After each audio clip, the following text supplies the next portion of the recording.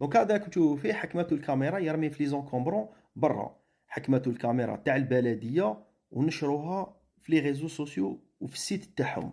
دونك الأمر لازم تعرفوه إنه لي زونكومبرون سوفاج هكذا ممنوعين في فرنسا، عندهم وقت وقتاش يرموهم، وتانيك عندهم أماكن خاصة وقتاش يرموهم. كاين ناس ترمي صباح ولا في وسط الطريق بدون احترام القانون. قامت البلدية بنشر هذوما الصور وهذوما الفيديوهات على منصات التواصل الاجتماعي وفي السيت تاعهم، وقالت باللي حنايا هذه حملة تحسيسية.